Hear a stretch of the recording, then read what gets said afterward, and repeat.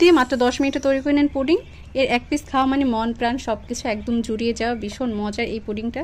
আসসালামু আলাইকুম, আশা করছি আজকের রেসিপিটা আপনাদের ভালো লাগবে। যদি ভালো লাগে অবশ্যই একটা লাইক দিবেন আর আমাকে সাপোর্ট করার জন্য আমার ভিডিওটা বেশি বেশি শেয়ার করুন। পুডিং তৈরি করে নেওয়ার জন্য আমি এখানে 3টা ডিম নিয়ে নিচ্ছি, তবে আপনারা এর পরিমাণটা বাড়িয়ে কমিয়ে নিতে পারেন। তবে ডিমের পরিমাণ যদি বাড়িয়ে কমিয়ে নেন সেক্ষেত্রে দুধের পরিমাণটাও বাড়িয়ে কমিয়ে নিতে হবে। এরপর মাঝে দিয়ে দিচ্ছি চিনি, আমি এখানে 1/3 কাপ পরিমাণ চিনি দিয়েছি, তবে মিষ্টিটা আপনাদের পছন্দ অনুযায়ী দিয়ে নেবেন। আর সবকিছু একত্রে খুব ভালোভাবে মিশিয়ে নেব, যতক্ষণ অবধি চিনিটা গলে ডিমের সাথে মিশে যাচ্ছে সেই অবধি খুব ভালোভাবে এটাকে মিশিয়ে নিতে হবে। মিশিয়ে নেওয়া এই পর্যায়ে দিয়ে দিচ্ছি ভ্যানিলা এসেন্স। আপনারা চাইলে কয়েক ফোঁটা লেবুর রসও দিতে পারেন, এতে করে ডিমের যে একটা স্মেল আছে এক্সট্রা সেটা আর আসবে না।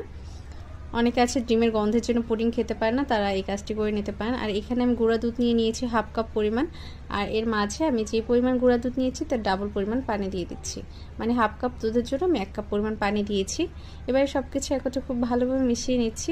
মিশিয়ে নেওয়া হয়ে গেলে আগে থেকে যে চিনির মিশ্রণটা রেডি করে রেখেছিলাম, ডিম চিনি মিশ্রণ, তার মাঝে ঢেলে দিচ্ছি। এবার সব কিছু একত্রে খুব ভালোভাবে মিশিয়ে নেব। পুডিং তৈরি করে নেওয়া খুবই সহজ, আপনারা চাইলে যখন তখন ঝটপট বাচ্চাদের তৈরি করে দিতে পারবেন। এই গরমে এরকম একটা পুডিং খেতে তো ভীষণ ভালো লাগে, ঠান্ডা ঠান্ডা পুডিং, আর আমার বাচ্চা তো খুবই পছন্দ করে। এবার সব কিছু একত্রে খুব ভালোভাবে মিশিয়ে নিলাম। মিশিয়ে নেওয়া হয়ে গেলে এটাকে একটা সাইডে রেখে দিয়ে আমি পুডিং তৈরির জন্য ক্যারামেলটা রেডি করে নেব। এই জন্য এখানে 1/4 কাপ পরিমাণ চিনি নিয়েছি আর সামান্য পরিমাণ পানি দিয়ে ক্যারামেলটা তৈরি করে নিচ্ছি। সামান্য পরিমাণ পানি দিয়ে ক্যারামেলটা তৈরি করে নিলে সময় নিয়ে তৈরি করে নেওয়া যায়, এতে করে পারফেক্ট একটা ক্যারামেল তৈরি করে নেওয়া যায়। চুলা আঁচটা বাড়িয়ে নিয়ে ক্যারামেলটা তৈরি করে নিচ্ছি। আর এই পর্যায়ে যখন এমন একটা কালার চলে এসেছে সেই পর্যায়ে চুলা আঁচটা বন্ধ করে দিচ্ছি, তা না হলে আবার পুরো কালো তিতো হয়ে যাবে।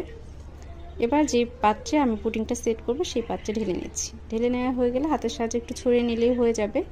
গরম থাকা অবস্থায় এই কাজটি করে নিতে হবে, যদি ঠান্ডা হয়ে যায় সেক্ষেত্রে আবার আপনি ঠিকঠাকভাবে ছড়িয়ে নিতে পারবেন না। তাই চেষ্টা করবেন গরম থাকা অবস্থায় এই কাজটি করে নিতে। আমি হাতের সাহায্যে খুব ভালোভাবে ছড়িয়ে নিয়েছি। এবার এটাকে কয়েক সেকেন্ডের জন্য রেখে দিলেই সেট হয়ে যাবে, কারণ এটা সেট হতে খুবই অল্প সময় লাগে। যখন সেট হয়ে যাবে সেই পর্যায়ে দুধ ডিমের যে মিশ্রণটা ছিল সেটা ঢেলে দিচ্ছি।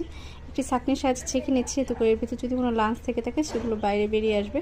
চেষ্টা করবেন যে একটা ছাঁকনির সাহায্যে ছেঁকে দেওয়ার জন্য, এতে করে পুডিংটা পারফেক্টভাবে সেট হবে, খেতে ভালো লাগবে এবং দেখতেও ভালো লাগবে। এবার এটাকে সেট করে নেওয়ার জন্য আমি একটা হাঁড়িতে পানি দিয়ে নিয়েছি আর একটা সুতি কাপড় দিয়ে নিয়েছি। আপনারা চাইলে একটা স্ট্যান্ডের উপর বসিয়ে নিতে পারেন। এরপরে এই যে পাত্রে আমি পুডিংটা সেট করব সেই পাত্রে অর্ধেকটা পরিমাণ পানি দিয়ে নিয়েছি। খুব বেশি পরিমাণ পানি দেওয়া যাবে না, সেক্ষেত্রে যখন পানিটা